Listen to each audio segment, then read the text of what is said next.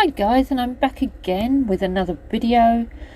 I'm trying another dip powder sun colour change sun catcher, but this time I'm actually going to marble two different colours together, so it makes you know, something really unusual and pretty, and you get two different shades from when it's in the sun and when it's not.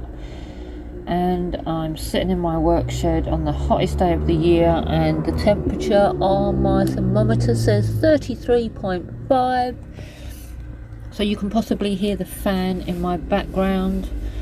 And apologies if you hear the neighbour's dog barking, because I think they've left it out in this heat. Absolutely ridiculous. So anyway, I've mixed up my clear resin and I've split it into two little pots, and as you can see I've already added some to that and mix it round. And then to that, to give it a bit of extra sparkle, I'm going to be adding some colourful rainbow glitter. It won't change the colour, but it will give it a nice bit of sparkle in the sun and not in the sun. So we'll just mix that one in there. And then we will, I don't know if you can see that properly there, put that to one side. I want to take it off my heat mat. I actually didn't make this on the hottest day of the year. I'm just doing this voiceover on the hottest day of the year. But I still have my heat mat on slightly. It's not on as, you know, full blast like I would in the colder winter months, but it is on its lowest setting, so it does give off a little bit of warmth to help the resin. So we've just added the pink one there. I tried to add the same amount to each to give it, you know, the same strength in sun colour change.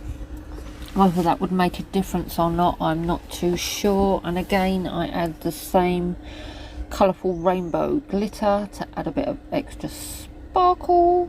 Don't want to tip too much.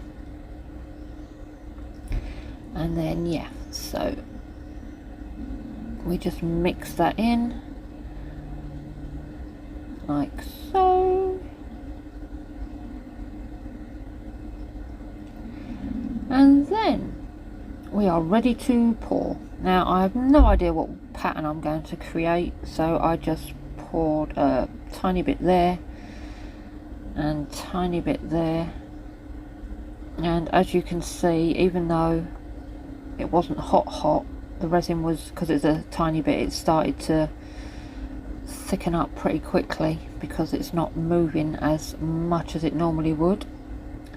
And just fill in the gaps with that one, then come back with a little bit of extra and just keep adding to it. And then by this point, when I'd done that, I'm thought to myself, "Ooh, that looks boring." So by the time I finished adding that in, I then got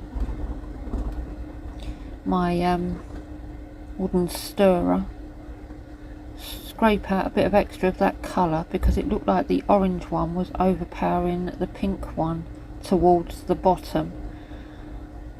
But we scraped out the remainder of both, and I will save, I let the resin dry in those pots and I use them again. So you can see there, I'm sort of like trying to marble and mix the two colours together without making a horrible muddy colour. So I don't want to over mix. And again there you can see there wasn't as much orange there, and then the orange seemed to overpower, so I tried to scrape out a bit more of the pink. Although I had the same quantity mixed of both. Maybe it was just my way of mixing them, who knows. But anyway, then I go over with my clicky lighter and just leave it to set overnight. Okay, so that's all set now, so we can take it out and have a look.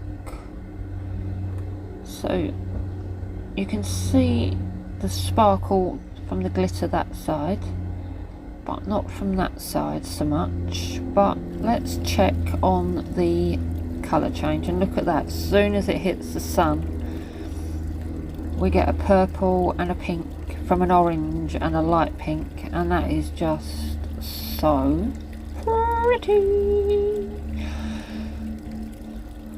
So I am happy with how it's turned out, and what I'm going to do now to that reverse side is just add, I used the same rainbow glitter, and just add that to that side. One, because it covers up any defects. Two, because I took it out of the mould, so there was like a little lip going around the outside. And three, because it adds an extra bit of sparkle.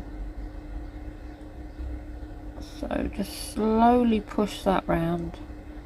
I don't want to go OTT and push it over the sides. Like I said, I'm just pushing it up to that little lip, making sure it's all covered.